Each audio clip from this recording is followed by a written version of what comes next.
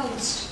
And the antidote you are suggesting, or you are saying that Swami Vivekananda suggested, is that all women should be treated as mothers.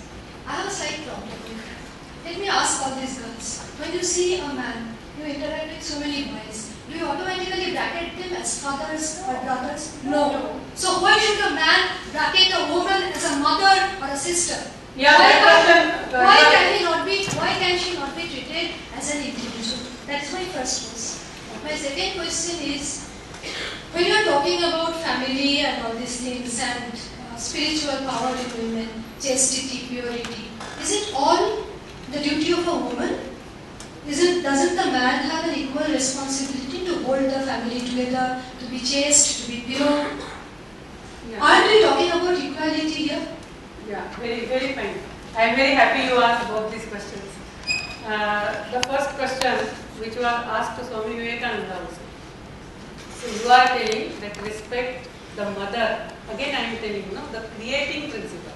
That this is an individual who creates, who guides our society. So with that respect you look at a woman.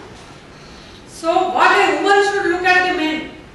That is what the question that was asked to Swami Vivekananda. You know what he told? Not father or brother. He told, look at them as your own sons. But that is my problem. Why should there be only a mother-son relationship? Can't it be a relationship between two equal individuals?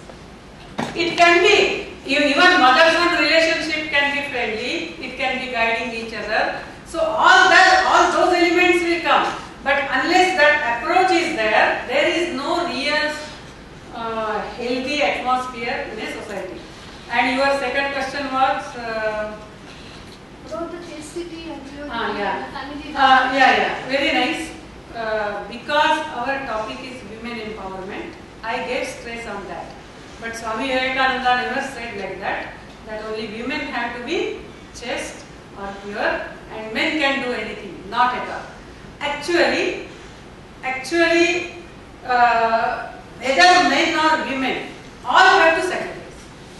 Because what we are talking in the context of oneness, when we are part of the whole, we have to go by the norms of the whole.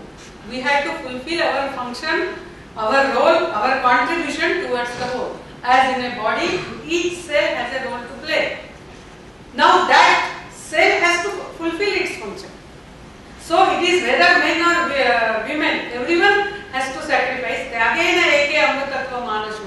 Swami Vivekananda used to tell again and again, even to the young men, or the purity of mind, because unless our thinking has, certain stability, certain self-control in it, you cannot really focus on the deeper aspects of life. You will get carried away only by the outer aspects. So it is not at all only a woman who has to do, it is women and men, both have to do.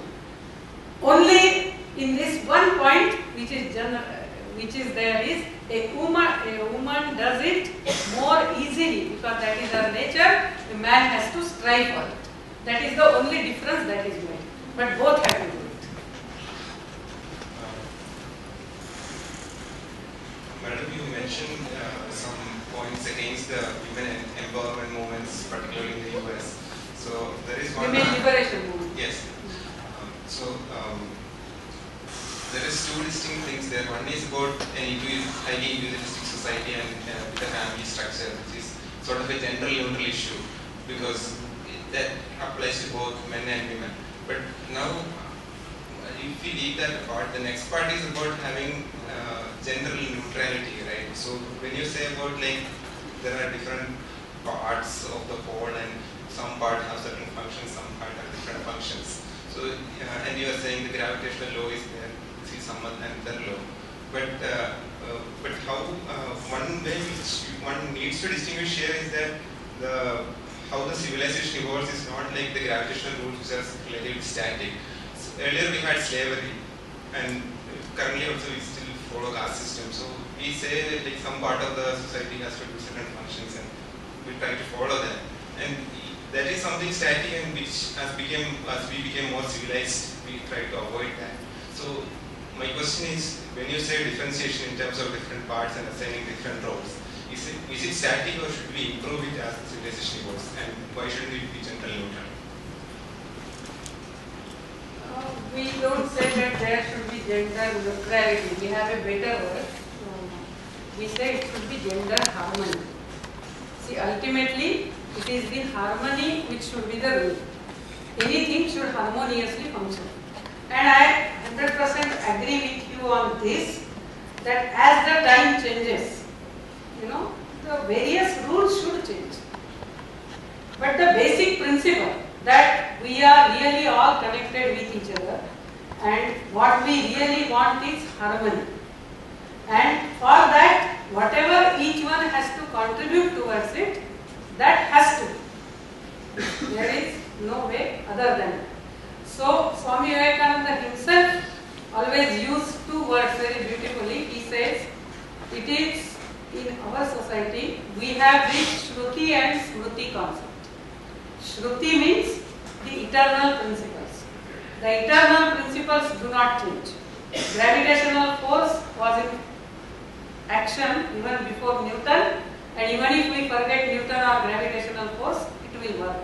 It will work in America, equally it will work in India. Means if we think of Earth, I am talking. So same way, eternal principles do not change. So oneness of the existence will not change. We are part of the nature, we are part of the society, we are part of the family. That will not change. But as the time changes, the rules have to change. The functioning has to change. So there was a time when the women had complete, they could choose whatever they wanted in life. They could be Brahmavadinis. So they could just pursue studies. They even did not marry. Or even after marriage, they could pursue studies. All that freedom was there, as we see in Vedic Upanishadic time. Then we see also a period when they had no freedom at all. They could not even go out. Savitribai Phule, when she would go to a school, the people used to throw cow dung at her. And she used to carry another sari with her, then go to the school, change the sari, and then again while coming she will wear that same cow dung sari. Because Savitribai Phule, she did that, today many women now are getting education. So, it happens, the degradation took place, then someone has to come forward, change the direction of the society, in which the society is going. So, the Smruti should change, Smruti should get discarded, what is not right should get discarded, what is not time appropriate should get discarded, and new Smruti should be written. But the Shruti, that is the eternal principle, should not change. So now women can work. If they want, they can work. But again, no one should say that every woman should work. You give that freedom to everyone. If she wants to work, let her work. If she doesn't want to work, let her have freedom not to work. That is real freedom. She should not get that pressure, oh, I am educated but I am not working.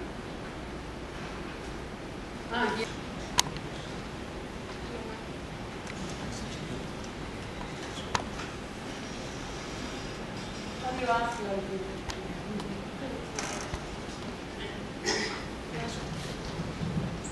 Thank you for the talk, ma'am. But one dissent I have with you is, why should all the rights be based on a sacrificial tone? Because recent days we have found, medicine have found that most of the depressions happen to women is because of too much sacrifice they do for women. All the women's writing and feminist critiques of family comes because too much sacrifice is asked out of them. And that sacrifice is not necessarily out of choice, because choice and sacrifice does not always go together. Like if I take care of my friend, it's not a sacrifice. Like care is not necessarily a sacrifice. So even the use of sacrifice means that it's unidirectional. Like I'm losing something out of me. So if I get my rights only if I sacrifice things, or if like Draupadi, like if I have to wake up early and sleep early after everyone sleeps, what right am I getting? What will I use with my right? If I am sacrificing my whole day for others, then what will I do with my choice and rights? Thank you. See, in your own question there was the answer that I sacrifice not because somebody is forcing me, do it out of my choice, out of my feeling for my people. So Draupadi was not forced. It was Draupadi's concern and capacity. But it's a constraint, sir. It's a constraint, sir. What if you choose not to sacrifice? Okay, you do that. Nobody is forcing you, but then, listen. Then you are going against the truth of existence. So you will suffer for that. And you be ready, there is no objection to it. See that Dana Jawahar, she writes very beautifully. She says, now I have a freedom. If I want, I can hurt him. I can hurt. Why I should not give back to him? I can do. But ultimately, everything is my extended form. If I hurt him, that hurt comes back to me. And if you are ready for the consequences, you go for that. So it is our informed choice. It is not the pressure. It is not somebody's forcing. And that is what is the challenge in front of us. We do it out of understanding, out of the informed choice. And if we don't want to do that, we are free to go with the tide and then face the consequences. Swamiji never forced. He says, this is what is the fact. Now you decide what you want to do. And that's what Dana Jawahar also very beautifully explains in SQ, the ultimate intelligence. So it is our choice.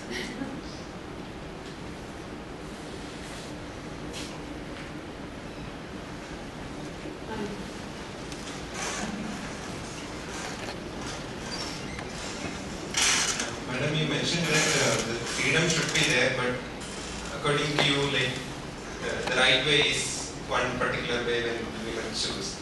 But so you also agree that the society should be in such a way that if given all the information and women or men choose, they should have the right to do that. That you agree. But if a woman still chooses to work, if a woman still chooses to work outside, the society should allow that. That's your opinion. And if it is not allowed, let's say by the family or the neighbors or whoever it is, then it's like oppression. When you mentioned tradition as a reason, some other culture like as reasons to oppose. I mean, you have different views on working. Here, when like woman chooses to work, usually the more traditional people are actually against that freedom. So how do you comment on that? As I gave you the example of Savitribai Phule, when something else we want to do. Now, for example, a woman is in a family where they don't want woman to work and a woman wants to work. Then the clash comes. Suppose a woman doesn't want to work and the family says, okay, it's all right. Then there is no clash. Family also wants woman to work and a woman is working. Then there is no clash, but a woman is pulled apart because the family wants a woman to work, but family does not support if family does not support her. So these are all various situations. Now, if a woman wants to work and family doesn't allow, that is where the question comes for a woman now to decide what is to be done. Either she goes on convincing the people and after they are convinced she goes for a job, or she says no, I will still go for a job and face, if the family breaks in the process, you face the situation. How do you judge the family? Huh? How do you judge the family who is doing the first one? I don't want to judge the family as such. When a society is changing, some people have a different opinion, some do not have a different opinion. Some have a still other opinion. At that time, slowly we have to harmonize it. So the challenge in front of the people is always, how do we harmonize in a changing situation? Because the traditions are changing. Now another example, which I want to give the example. You have given one example, that a woman is working. The family wants a woman to work, they want her salary. But when she comes back home, she has to take care of everything in the home. Everything. What she was telling, no, that the tension and all, the more tension comes because of this. That she has to manage the both. So she should not go. So what is this? I don't say. That's what I am telling. I am not saying that. Wait. I am trying to tell. I have not completed. So, now if we take Shruti and Smruti again. Smruti means practices. Shruti means principle. For in simple translation. Now Shruti is oneness. If really the oneness is the principle, that family, if they want a woman to work, they are changing the practice. Alright. If they are changing the practice, then they should change the practice in the house also. Because in oneness, suppose I have a knee pain. I have a knee pain in right knee. And when I have to climb the staircase, my left knee will take all the strength. Right leg will remain straight, left leg only will keep on bending. Because oneness is there, automatically it happens. The left knee will not say that no, I will not always keep on bending. I will bend once, second time the right knee should bend. It will not, it does not say, because it is oneness. If the real oneness is in the family, and that is how it should be, and that is how when we talk of women empowerment, if you want a woman of your family to work, then you must also change this practice. A man should say, I will cook food today. A man should, if she comes, he should help her. He should also sometimes take care of the studies of the children. He should sometimes drop them. So oneness is the principle. Practice you change. If you want woman to work, change the practices at home. That is how it should go.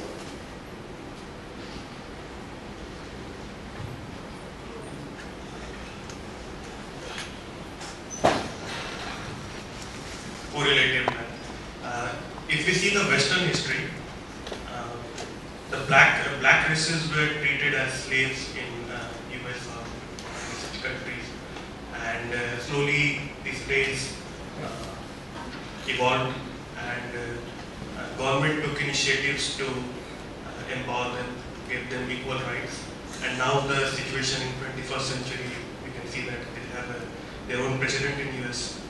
So don't you think government even in India or the authorities can play a major role in empowering the women? There are many issues like women trafficking, very less age marriages, mistreatment of the women in family, and improper conduction in the family.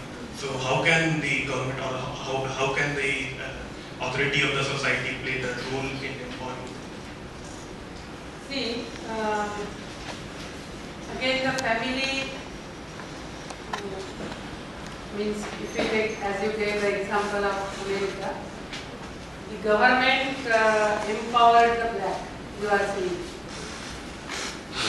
When first the slavery system was abolished, actually the blacks were in a worse situation.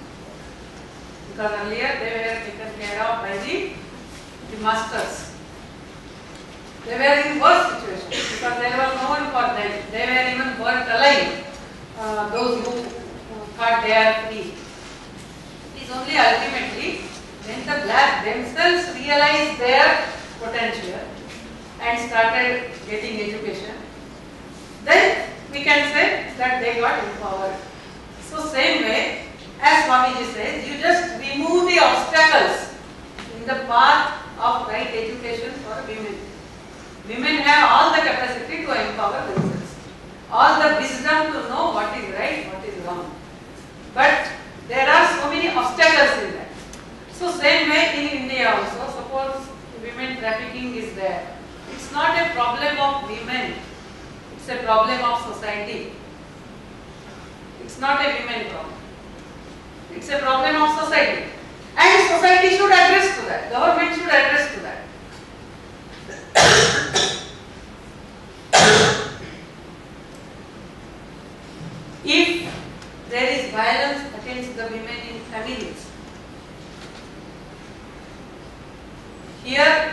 question is, it is again not a problem of women.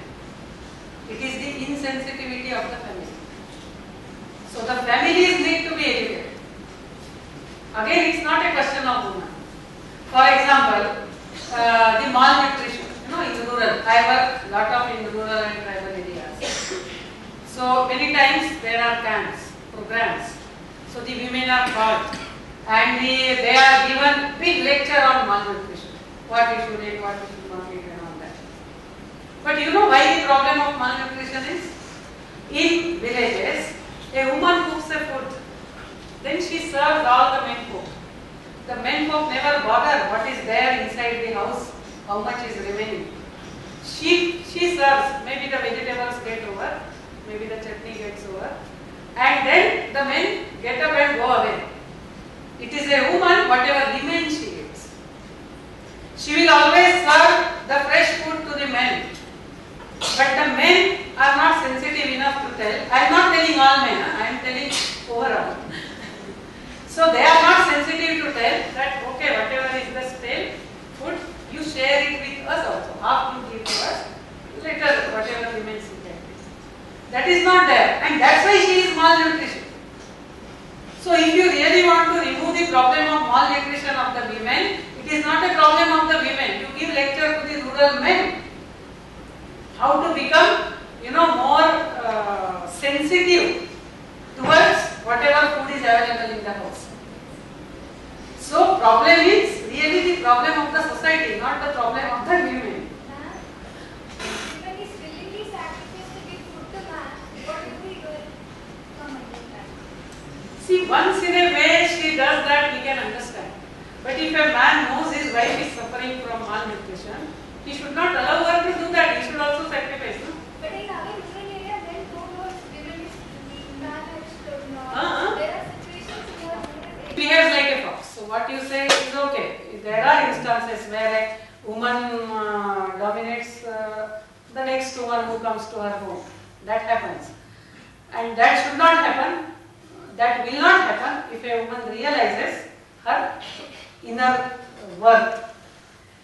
About this gender specific bringing up,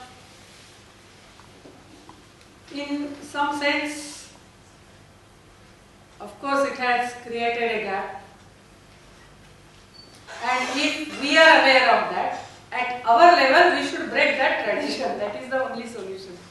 Whatever has happened, someone has done, we keep on talking of that doesn't solve the problem.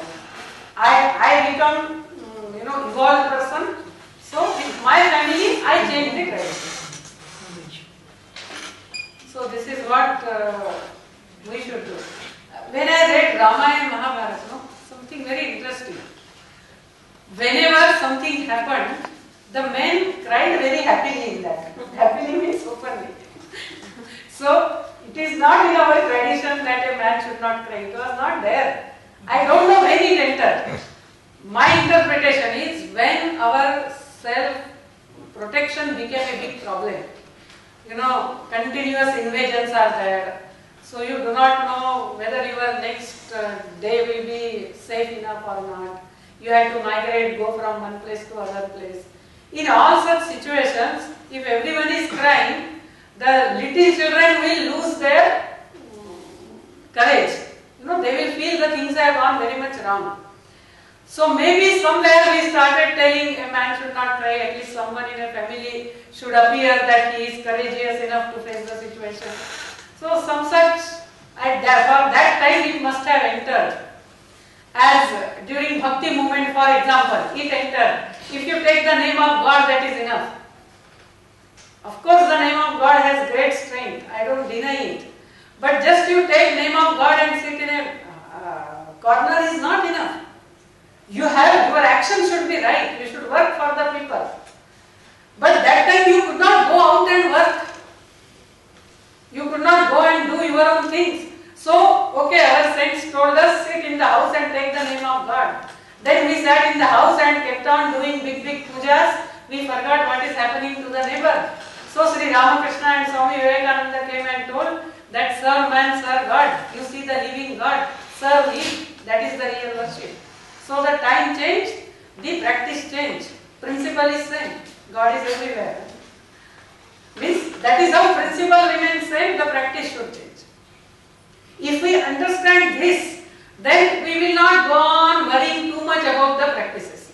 Okay, it was wrong, or it might have been right at that time, but it is wrong today, and we are not going to continue this wrong practice now.